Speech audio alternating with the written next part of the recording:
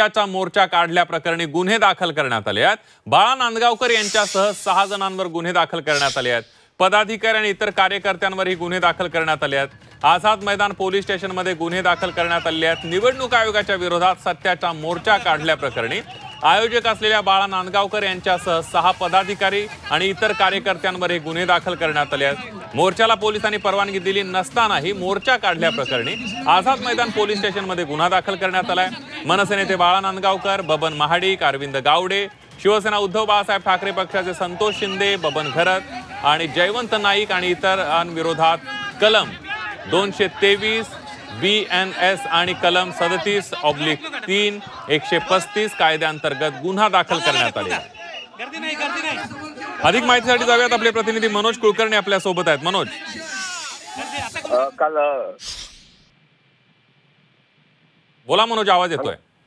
काल विरोधी पक्ष आणि महाराष्ट्र नवनिर्माण सेनेच्या वतीने आझाद मैदानाच्या समोर निवडणूक आयोगाच्या विरोधात मोर्चा काढण्यात आला होता। त्याची तशी परवानगी सुद्धा मागण्यात आली होती, परंतु पोलिसांनी ही परवानगी नाकारली होती। तरी सुद्धा हा मोर्चा काढण्यात आला। मोठ्या संख्येत या ठिकाणी लोक सुद्धा जमा झाले होते।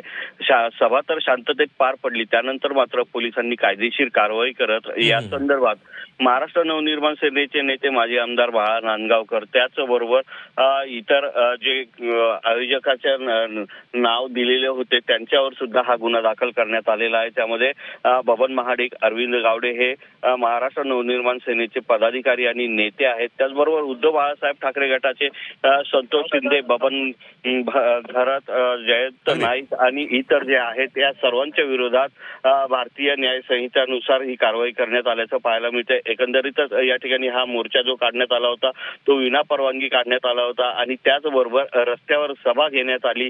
त्यामुळे कुठेतरी वाहतुकीला सुद्धा या संदर्भात अडथळा निर्माण झाला होता। या सगळ्या गोष्टीचा उहापोह करत पोलिसांनी गुन्हा दाखल केलेला आहे। आता नेमकं महाराष्ट्र नवनिर्माण सेना आणि शिवसेना उद्धव बाळासाहेब ठाकरे गटाच्या वतीने काय भूमिका घेण्यात येते हे पाहणं महत्त्वाचं ठरणार आहे। अगदी मनोज, धन्यवाद दिलेल्या सविस्तर माहितीबद्दल।